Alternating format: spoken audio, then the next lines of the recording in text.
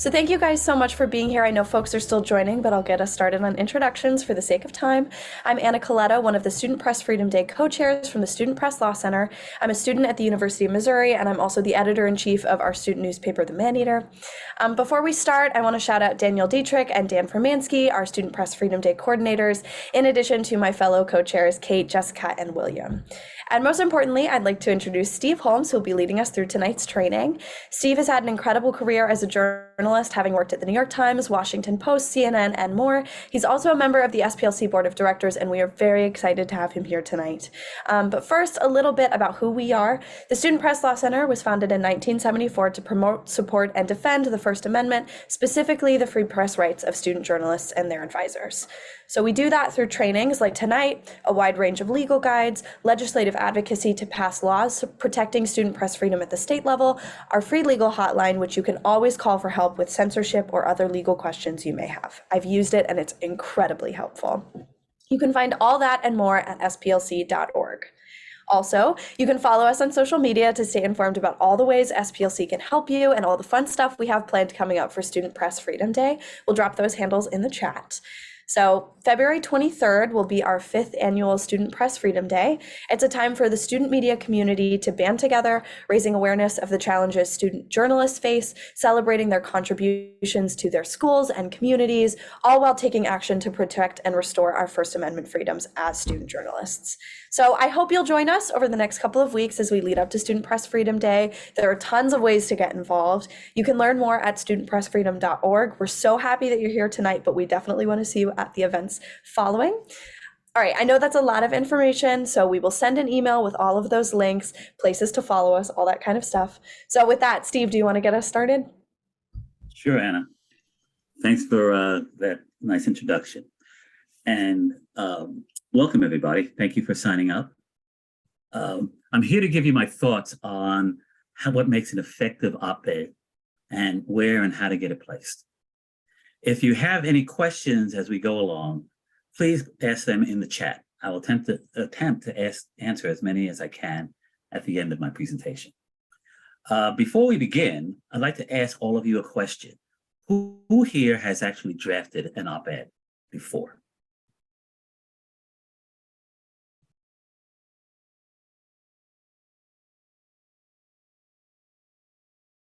Okay. As you answer the question, let me begin. First, let me say from the beginning, this is a subjective view. Writing an effective op-ed is more art than it is science. There really aren't any hard guidelines or any hard and fast rules. They're just particular personal guidelines that people have. What you'll hear tonight are my guidelines. Other people may have different ones. You're free to choose them, but what you'll hear tonight is what I think makes an effective op-ed. Okay, let's start. So listen, Tana Jones is angry.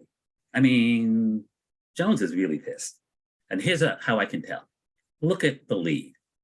I nearly had an aneurysm in early October when the gym was closed to incentivize mask wear. Last Friday, when I was warned the gym would be closed, November 8th and 9th, ostensibly to punish unmasked students, I almost did something, well, destructive.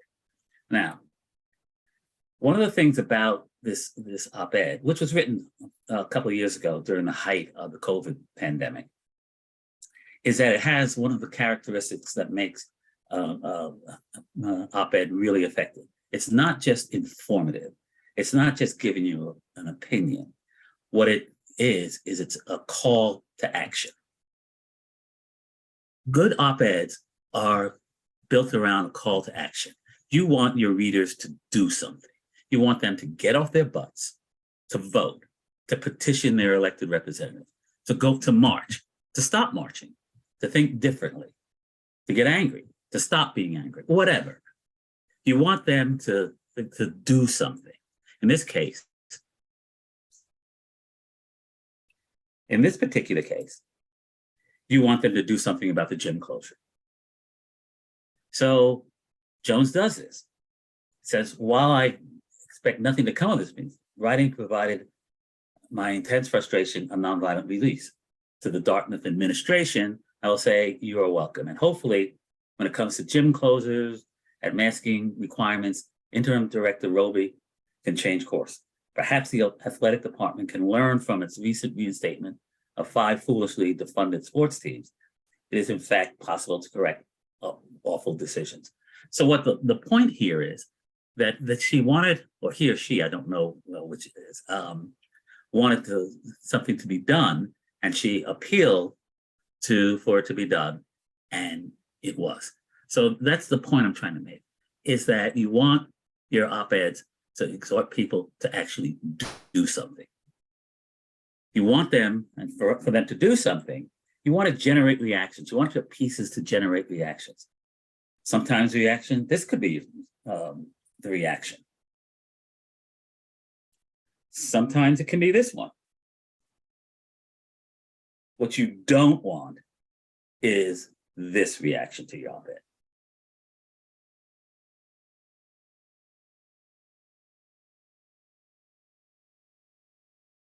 So to get people to do something, what you have to show in your op-eds is passion. You've got to rile up people's emotions. Many, though not all of the best op-eds, are fused with passions.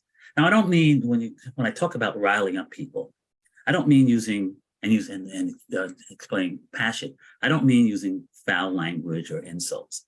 I mean using strong, active writing, strong, active words, especially verbs. The verbs are like muscular superheroes.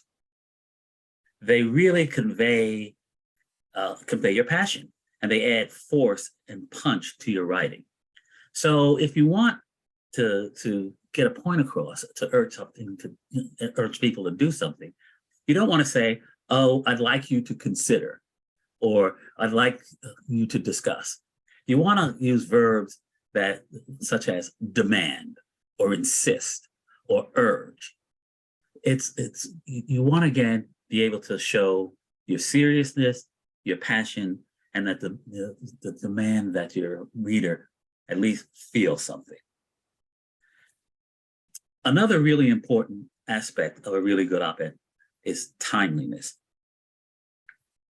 You have to be on the news.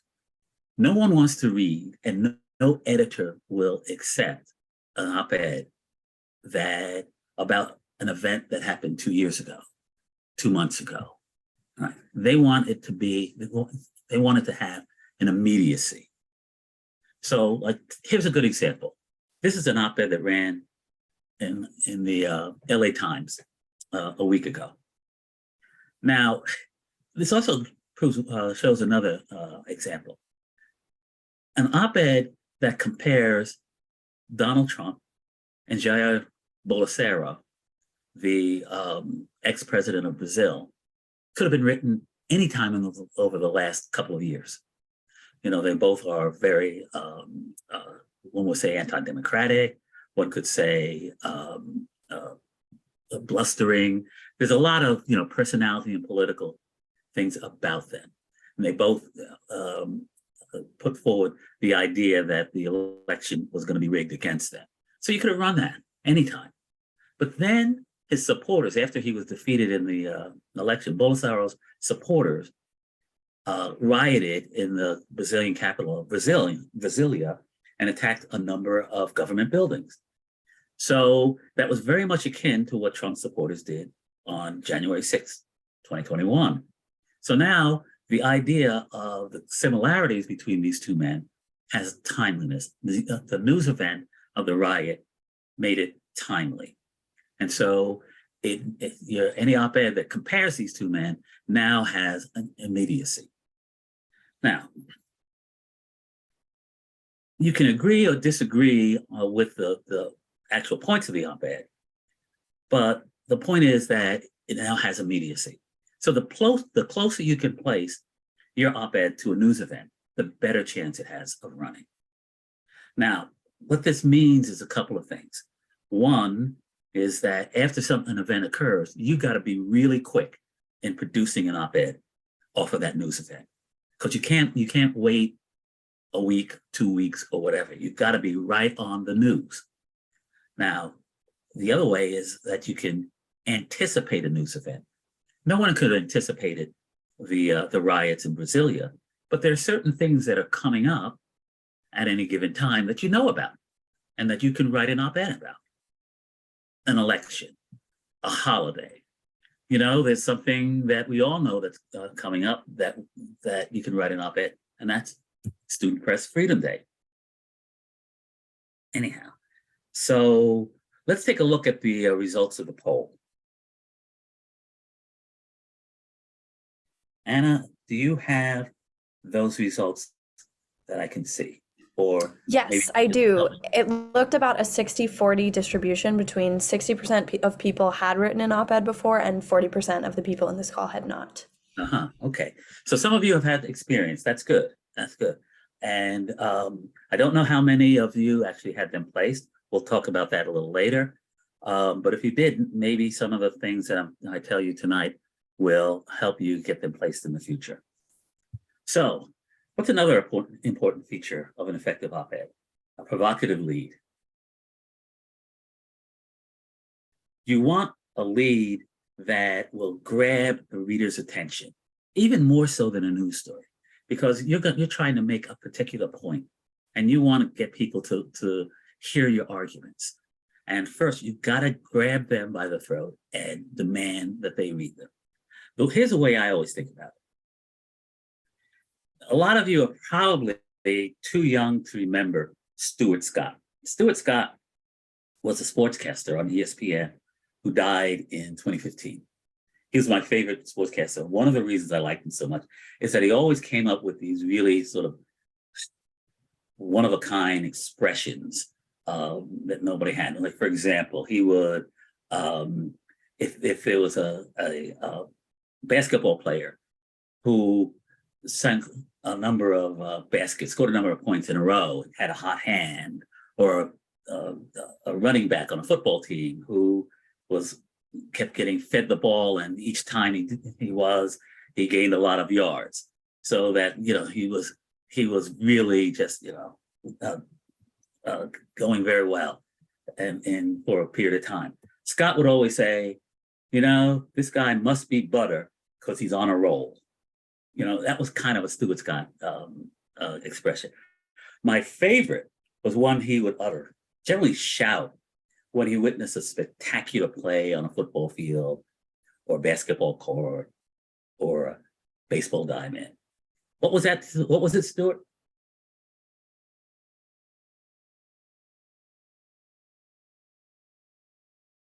BOO-YAH. That was his. And that's how I think of what you need to get, the sense you need to get in your lead. You want to have a lead that when somebody reads it, they go, whoa. And or in my view, go BOO-YAH. So that's what you want, a BOO-YAH moment. So maybe like this one, an op-ed we hope to submit from one of your own.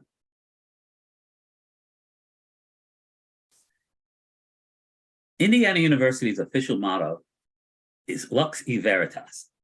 In English, that means light and truth. But you wouldn't know it by the way it censors student journalists, skates transparency, and obstructs the truth. BOO-YAH. Now that's a lead that grabs your attention. It lays out, she's called out the university in no uncertain terms. You're going to want to read this piece to see if what she has to say, that strong lead, is warranted. And by the way, you can have strong leads, you can have your BOO-YAH moments in the lead, but you got to back them up. So let me pause here for a moment, because at this point, some of you may be asking yourself a couple of questions, two in particular, two very important questions. Who the heck is this guy, and what gives him the authority to be telling us how to write an op-ed? Well, let me tell you, I'm a reporter. I've had a reporter and editor. I've had 45 years of experience as a reporter and editor at some of the country's most prestigious news organizations, including CNN and the New York Times. And by the way, when I was at the Times, I was part of an effort that won a Pulitzer Prize. Now, I'm not telling you this just to brag on myself. Well, maybe just to brag on myself a little bit. I'm trying to make a point. No matter how passionate your writing is, no matter how many BOO-YAH leads you have, readers, and more importantly, editors, who will consider your piece, will ask the exact same question. And that question is, who are you anyway? Who the heck are you? Right, Jody? Steve, that's true. Listen, when I open up a pitch as an opinion editor, I need to know pretty quickly why I should care about what you have to say. Just because you have an opinion on something doesn't mean that you need to be writing an op-ed about that particular topic. And so before you even spend time, all that precious time of yours sitting down to write a piece, you need to think about two main things. Number one, do you have some sort of authority to speak about this particular topic? Are you an expert in this space that you want to talk about? Or do you have some sort of really strong personal connection to the story that you want to weigh in on? Those are usually the two main categories when it comes to having the authority to write a piece. The second thing that you want to think about is your general audience, right? What you have to say, would a general audience really find it interesting, okay? And is it something new that they haven't heard of before? These are the sort of questions as an editor that I think about when I open up a pitch. And so as a writer, these are the sort of things that you need to be thinking through as well before you write and before you pitch a piece. Okay, that was Jody Williams. She's an editor at Think, which is NBC News's online opinion section. So listen, I can hear you all saying, write something right now. Seriously, I can hear it. What you're saying is, I'm no expert. I'm a sophomore in college. I'm a junior in high school. What do I know? I'm not a historian, a nuclear physicist, a political scientist, an economist. I'm just a student. I'm not an expert. What do I know? Well, you don't have to be an expert. It's helpful if you are. But one of the other things that Jody said was if you have a personal connection to the opinion that you're trying to put forward. It's in other words, your experience can be your expertise. Let's take a look at this op-ed. This was an op-ed that ran in the Washington Post, written by a college student about his experience as a high school journalist. Let me read the first few graphs. The trouble started when I changed 5 letters in my first name. My birth certificate reads Megan, but my peers at Northwest High School in Nebraska know me as Marcus. Changing my name wasn't supposed to be a political statement, but our local school board turned it into one. So here's a guy, a trans guy, whose newspaper was censored for breaking a school rule that says bylines and people quoted in the paper can only use the names on their birth certificate. That's a personal experience. He wants to make a point about the unfairness, the discriminatory nature of this particular policy against LGBTQ. I always have difficulty getting that out. Students. So he writes about his own personal experience, and you can write about your own personal experience. Now, it can be from any particular part of the political spectrum. This is kind of from the progressive side on these particular issues. But let's say you're a female athlete who feels having to compete against an athlete whose transition from male to female is unfair. Well, she can write about her personal experience as well. Again, you may or may not agree with it. That's not the point. My point is your personal experiences can be as important, actually are your expertise. And you can take it from your own personal experiences and broaden it out to make a wider point. Okay, so you've got people riled up. You've drawn them in with a BOO-YAH lead. You've established your credential, either your expertise or your experiences. Now, there's one more thing you've got to do. Very important thing you've got to do. And it's probably one of the most difficult aspects of writing an effective op-ed. So as you approach this, you've got to realize a very painful but super important fact. A lot of people have opinions. I have opinions, you have opinions. Why should anybody care about your opinion? Jody mentioned this. Why should people care about your opinion? And the way to sort of approach this is to realize nobody cares about your opinion. Let me repeat that. Nobody cares about your opinion. You may be whatever. You may be class valedictorian. You may be class clown. You may be captain of the football team. You may be a trans person who's been discriminated against. It doesn't matter. Nobody cares about your opinion until you make them. That's your job. You've got to make them care about your opinion. You can't assume that just because you throw in an opinion, people will care about it. Now, you can do this. You can try and make them do this in your nut graph, in your lead, or any place, but you got to do it. You got to make people care about your opinion. Otherwise, you're just wasting everybody's time. So how do you make them? Well, first you got to realize one thing. It's not about you. It's about them. It's about the readers. It's about your audience. Whether the audience is students, faculty, administrators, people in the community, governors, legislators, business people, chamber of commerce.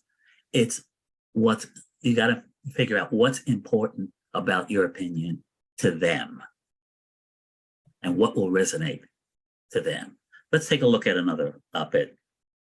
Okay, so this is from again, one of the co-chairs of Student Press Freedom Day, and William Tong, in his piece, has a paragraph, and he's talking about again censorship of high school papers, and he has these couple of sentences. While administrative censorship can stop news from surfacing in the short term, it cannot contain information forever, with the added consequence of deepening student administrator distrust. Censorship is a lose-lose strategy. So what the writer is doing here, and he knows his audience is school administrators. He's not making a point, an argument that censorship makes students feel bad. He's making an argument to administrators that censorship increases distrust between administrators and students. Something, no, administrators in the end may not care, but that's his point. That's why he says, that's why his particular opinion is important to administrators. He's saying you should care about breaking the bonds of trust between students and administrators. So there's a related point to this. Avoid preaching to the choir. Aim your arguments not at people who already agree with you. If you aim your argument at that censorship of student newspapers is bad, if you aim that argument at journalists, they'll say, oh, no, that's a nice argument, but it's not an effective one. You want to try and aim your argument at people who might disagree with you, or at least are sitting on the fence. I always look at it this way. We all have a crazy uncle, a guy who shows up at Thanksgiving dinner and spouts off a lot of nonsense that he's heard, that he got from Twitter or TikTok. Well, that's an old uncle. He probably got it from Facebook. But so what are the arguments that can convince him, your crazy uncle, that what you have to say is important? So you've got to think, again, not about yourself and not about the people who agree with you, but the people who may disagree with you. Another way to get people to basically take seriously your arguments and care about your arguments is redemption stories. Redemption stories are always good. Tales of people who have been saved, people or institutions or administrators or legislators who have done the right thing by following the ideas that you put forward are always good ways to get people to care about it. One other way is be prescriptive. You don't want to just complain about things. You want to put forward solutions. Now, they can be radical solutions or moderate solutions. They can be pie in the sky. They can be really workable. It's not, the important thing is that you put forward ideas of how whatever it is that you're advocating can be implemented. One of the worst things I always see in an opinion piece is one that says, we demand that the administration do something. Whenever I read something like that, my first reaction is, do what? Right? It's the difference between putting forward an effective advocacy and whining. So be prescriptive. Lastly, one of the other ways to get people to think about it is original thinking. Jody also mentioned this. Come up with ideas or ways of looking at something that are new, that aren't the tried and true arguments that everybody has heard before. Let me give you an example, okay, from an opinion written by me a few years ago. This was written, I wrote this piece for CNN right at the height of the debate over the removal of Confederate monuments. And at the time, the arguments for and against were pretty much well known. So there wasn't really anything new being said. So I wrote this piece about this Confederate general, Longstreet. Longstreet was this really excellent in military terms Confederate general. He was Robert E. Lee's right-hand man. He helped win a bunch of battles. And yet there are virtually no monuments to Longstreet anywhere in the South. And I asked the question why. I won't go into details as to why. This is an op-ed, it's not a history lesson. But the point I was trying to make is that the absence of monuments to Longstreet tells you an awful lot about what supporters of the people who first erected these monuments were trying to do. Again, it's original. You could agree or disagree, but it's a different way of looking at an issue. The point that you want to get, when I talk about you want to get people's reaction, you want to get people riled up, one of the other things you want to get people to do is read something that you've written and say to themselves, I never thought of that. Anyhow, so just to sum up, in my view, an effective op-ed has to have passion, right? Has to be timely. It has to rile people up. It has to, you have to show your expertise, either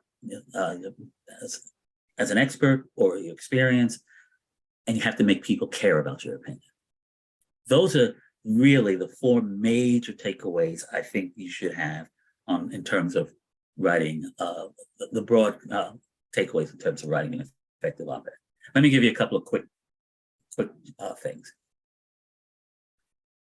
Be concise. 800 to 900 words is the optimal.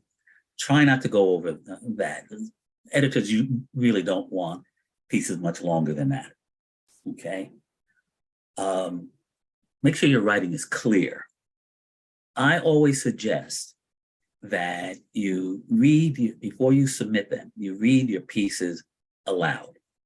And this is a good idea, not only for your op-ed pieces, but for your general news stories or anything else you write. When you read a piece aloud, you pick up things, you pick up typos, you pick up drop words, you pick up run-on sentences, you pick up sentences that aren't clear, all right? Your ears are probably your best editors. It's a tip that I give to everybody when I talk about how to write better. Make sure your facts are correct. The worst thing you can do is produce an op-ed and send it in, and an editor's reading it and found out that you got a fact wrong.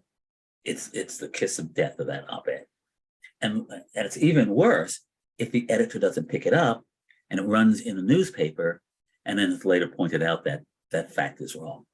Not only will people basically put aside your op-ed, dismiss your op-ed, but your editor will never, that editor will never run a piece by you again. Okay, so let me talk a bit about placing your op-ed. Before you do, let me ask another question. How many of you out there have gotten an op-ed placed in a newspaper? Just answer yes or no.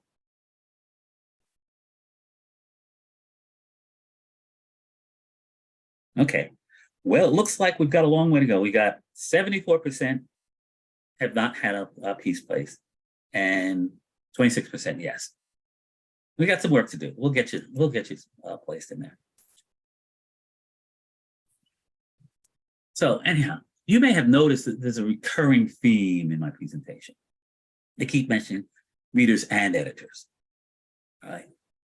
Well, readers and editors, when thinking about an op-ed, readers and editors go hand in hand. You shouldn't make a distinction between writing your piece and getting it placed. You should think about, in fact, again, it's going back to Jody. She actually said this. You should always, it's always helpful when you write an op-ed to have an idea of where you want to get it placed. In fact, well, I'll come to that when I talk about pitch letters. So I've mentioned the polls also.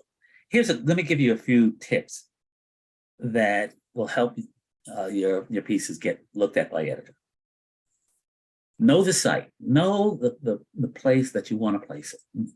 You go back and read several days or even several weeks of pieces of op-eds that have run on in that particular paper to get a sense of what it is that they're interested in and what their style might be, what their length is. Make sure that you know the site that you're trying to pitch to.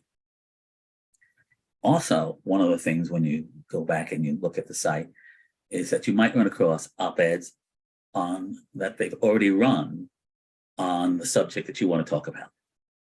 So that would tell you that maybe it might not be a good idea to pitch this particular site for your particular op-ed. There's an exception to that.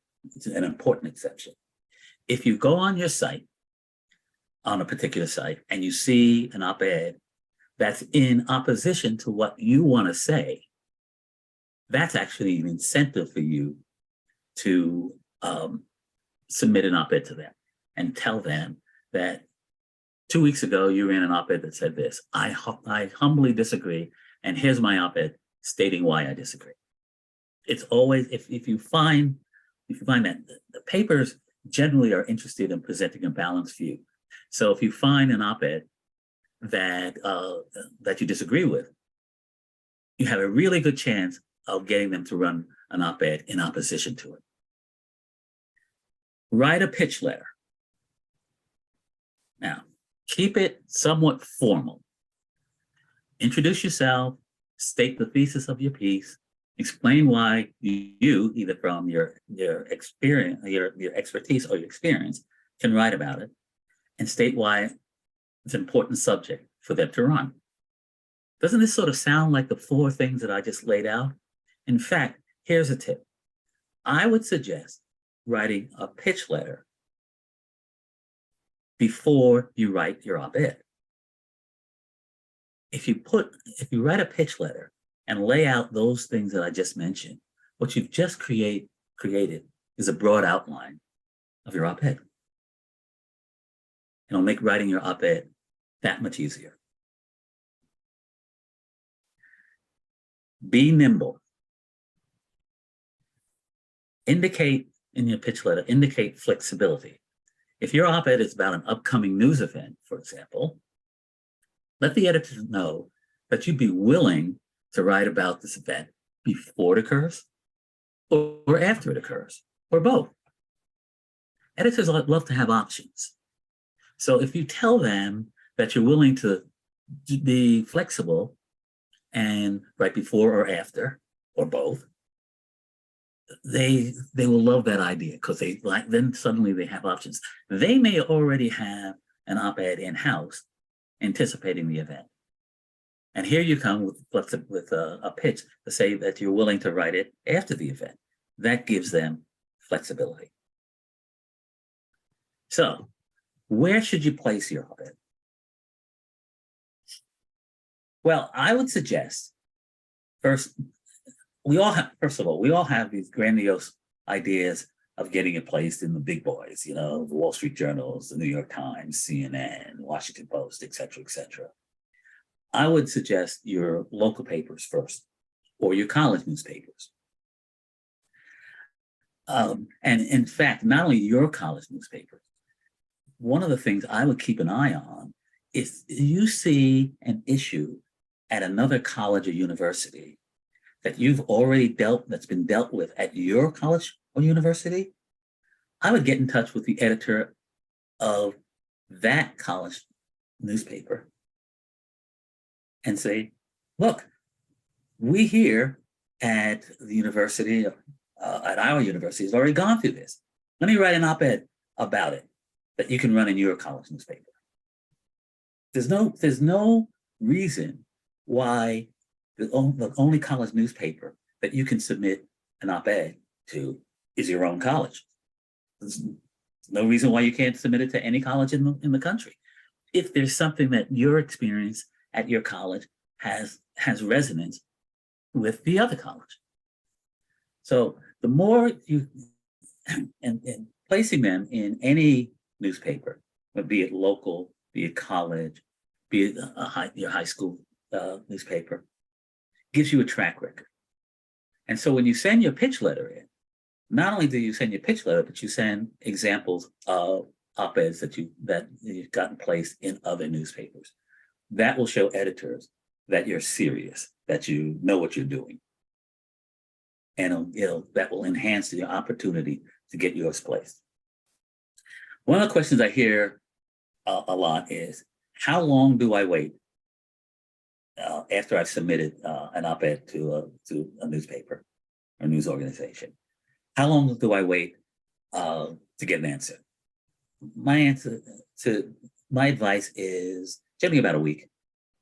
Right? If you haven't heard anything in a week, call them or email them, however you want to communicate, and ask what's happened to my op-ed. Right? Don't be shy about it. But also, don't just accept an answer, oh, we're just not sure this works for us. Ask them why. Why doesn't it work? Don't be belligerent. But don't meekly accept rejection. Ask them, what was it that specifically that made you reject this? And this is really important. Ask for advice of how you can improve it, so the next time you submit an op-ed to this news organization, it can be accepted. This does a couple of things. Again, it shows you're serious, right? And it helps build a relationship with that editor, so that you're telling him that, okay, I'll be back. You'll hear from me again. Anyhow, any questions?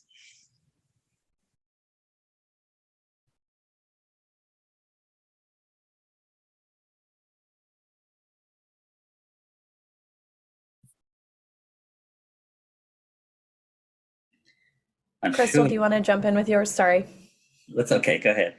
And I want you, do you have them? And if you could read them to me, that would be good. Yeah, of course. Thank you so much, Mr. Holmes, for presenting. I was looking down a lot, but also mainly because I was like taking notes on everything you were saying. Mhm. But I really appreciate your presentation. I love the memes that you included in the beginning. I had a really quick question about an op-ed idea that I had, but I think it can also apply to other people. So I was wondering your thoughts on writing an op-ed on a situation that wasn't necessarily affecting you specifically, but was affecting a fellow staff member, for example, or affecting like just the entire staff, but not like you specifically. My situation was that we ran a very non-political like interview for candidates for our school board this past fall semester, and got a lot of calls from the losing candidates that we were like some weird conspiracy that we were like working with the candidates who won, which wasn't true. And a lot of parents were like, take down to paper or whatever. But that didn't necessarily happen to me, since it wasn't like my project that I was spearheading. It was my co-editor-in-chief's project. But do you think like it's wise to write an op-ed, even though it didn't necessarily happen to a project or a story that you specifically wrote? Yes, I do. When I talk about your experiences, it's not just your experiences. It could be experiences of your family, your friends, your coworkers, people who are close to you. I would ask them if I could use their names, right, and their stories, and tell their stories. It's again, the experience doesn't have to be so narrow and so focused just on you. It could be the experience of people in your world. And so, yeah, I find no problem with that. But again, try and talk to them and get their stories. So it's not so abstract. So people can see sort of the real consequences of what happened to them. For sure. Sounds good. Thank you so much. Sure thing.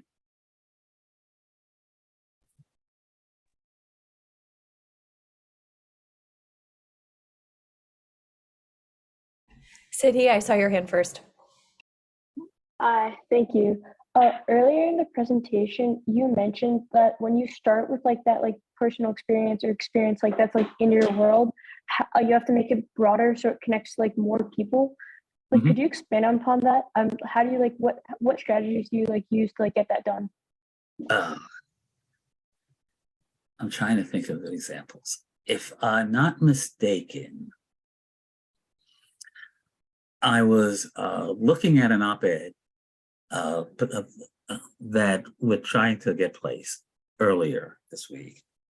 And it talked about the personal experience. And it mentioned that what happened to me is not an isolated incident. It's happening to students. Again, this was about censorship. It's happening to students across the country. And the person gave examples of it happening in other cities and towns. These are high school students, right? So that's kind of what I'm talking about. You can, especially if you can find other examples that sort of mirror your experience, you can then take it from the narrow to the broad. And that does a couple of things. Again, when I say that you want to get people to care about your opinions, you don't want people to read a particular piece based on your experience and say, that just happened to CD. Am I pronouncing your name correctly? That just happened to CD. Why should I care? CD, I don't know where you live. I'm just going to make up something, okay? That happened to CD in Oklahoma. I live in California. Why should I care, right? So that's what I mean about taking it from the narrow, from your personal experience, and broaden it out, especially if you can find examples that are similar to what your experiences are. Okay? Thank you, CD. I think I saw Ivan's hand raised. Thank you. Wrong one. My name is Yvonne. Thank you, Mr. Holmes, for being here and providing us with this opportunity. So I had one question specifically when it came to my videos acting stupid. Anyway, so I had a question specifically about like op-eds. And so I've written a couple op-eds and I've placed a couple too in local newspapers across my state and city. But how should I like follow up? Because I've emailed editors before and it's like generally broad, oh, we're looking at other, pieces at this time, or like, would it be appropriate to ask for like a Zoom meeting to talk about stuff? Or I guess the best way to approach like a follow-up. It's difficult because all editors are different, right? There's a lot of editors who want to see these things as teachable moments, right? And so they're eager to share their experience with you. And there's a lot of editors who basically, say, I'm too busy, I don't have time, right? You can't make them give you the time. You can try flattering them a little bit by saying that, I understand that you've been doing this for quite some time and have lots of lessons to impart to people like me. I would very much appreciate if you could spend a few moments and give them something like, not more than 10 minutes out of your very busy day to help a young, struggling student improve his work, something like that. And I had another question, if that's okay, if no one has any others. But my second question is, so me and a group of friends formed a student newspaper at my local high school, and I'm the editor-in-chief. And we've had some op-eds that from students and staff that do like investigative journalism. And one of the problems is we were investigating our school board using hundreds of thousands of dollars to renovate like our track and field during COVID, with COVID money that was supposed to be earmarked for COVID purposes. Right. And we can't necessarily get people on record, or not on record, I guess, but on the administrative side, or on like the side where the alleged, wrongdoing happened, to be willing to comment on it. So what's the best way to proceed forward with that? Well, do you have the facts that this did in fact happen? Yes, so we filed a public information request, and we have the documentation to prove that it did happen. Okay. Tell them that you have the facts. Tell them that you're going to run with the op-ed no matter what they say or do. And this goes for not only op-eds, this goes for news stories as well. You're welcome to comment, but if you don't, we will just say you decline to comment on the question of allegedly improper use of funds. Okay, perfect. Thank you. It's up to them. And, that will not make them look good. And they have to run that risk.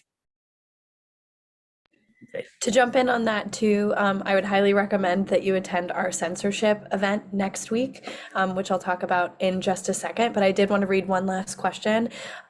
Jeremy sent, students on our editorial board often have difficulty understanding the difference between an editorial on behalf of the newspaper and an op-ed written by an individual. How would you explain it?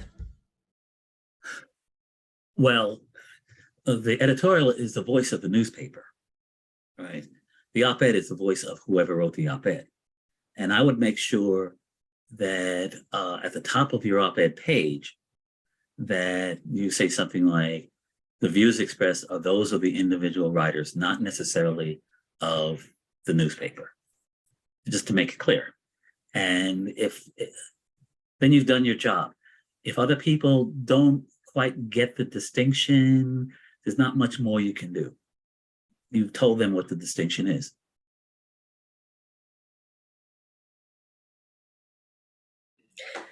Oh, just kidding, checking. Okay, awesome. Thank you, Jeremy.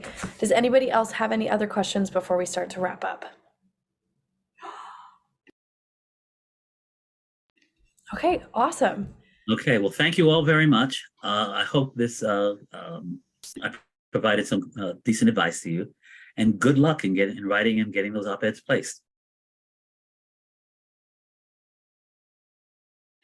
Okay, everyone, thank you so much for joining us tonight. It was really special to get to hear from Stephen and hear all of your guys' questions. I hope that you're feeling inspired to go out and practice brave advocacy this Student Press Freedom Day. We'll send a follow-up email to this training session with all the links we talked about today, as well as information on upcoming Student Press Freedom Day events. I hope to see you there. Like I mentioned earlier, this time next week is our next event, Overcoming Censorship, a student journalist-led open forum.